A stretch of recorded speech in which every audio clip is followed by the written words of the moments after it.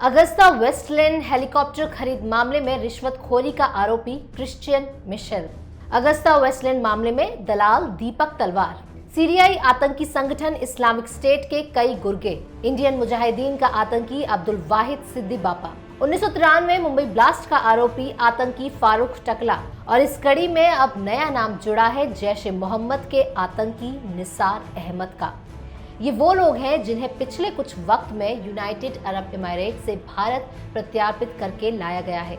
ये नाम है इंडिया में वांटेड आतंकियों और भगोड़ों का, जिसमें सबसे नया नाम है आतंकी निसार अहमद तांत्रे का। निसार अहमद तांत्रे जम्मू कश्मीर के लेथपोरा स्थित सीआरपीएफ कैंप पर दिसंबर 2017 में हमले का मुख्य साजिश करता है। यह हमला 30 और 31 दिसंबर 2017 की रात में किया गया था, जिसमें हमारे 5 जवान वीर गति को प्राप्त हो गए थे। तब जवाबी कार्यवाही में 3 आतंकियों को भी मार गिराया गया था। आतंकी निसार उस वक्त 1 फरवरी को यूएई फरार हो गया था और तब से अब तक वही था। 31 मार्च को निसार को यूएई ने भारत को सौंप दिया। निसार का भाई नूर तांत्रे भी खूंखार आतंकी था। नूर तांत्रे को दिसंबर 2017 में हुए एक मुठभेड़ में भारतीय सुरक्षा बलों ने मार गिराया था और उसके बाद भारत की सुरक्षा एजेंसियां इंतजार कर रही थी निसार अहमद तांत्रे का। निसार अहमद 30 और 31 दिसंबर में हमारे आर्मी कैंप पर हुए हमले का मुख्य साजिश करता था।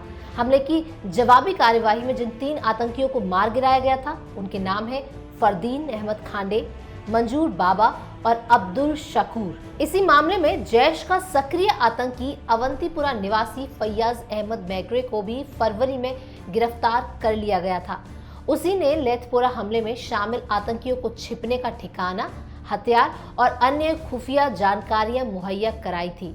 लेकिन निसार अहमद फिर भी गायब रहा और उसी का इंतजार कर रही थी भारत सरकार। जानकारी के मुताबिक लेथपोरा हमले के बाद से ही निसार यूएई में था। भारत की कूटनीतिक जीत के चलते निसार को रविवार को विशेष विमान से दिल्ली लाया गया।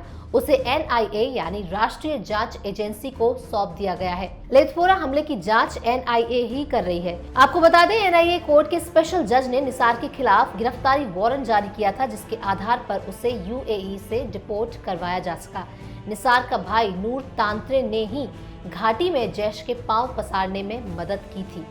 निसार का प्रत्यर्पण भारत और यूएई के बीच प्रगाढ़ होते संबंधों का भी प्रमाण है। यूएई ने पिछले कई दिनों में कई ऐसे आतंकियों और भगोड़ों को भारत को सौंपा है जो यहाँ पर वांटेड हैं और उम्मीद है अगर इसी तरह से चलता रहा तो यकीनन भारत के बाकी देशों के साथ भी रिश्ते और अधिक प्रगाढ़ होंगे और इसके साथ ही साथ हम आतंक और भारत के खिलाफ गलत सोच रखने वालों पर शिकंजा कसते रहेंगे।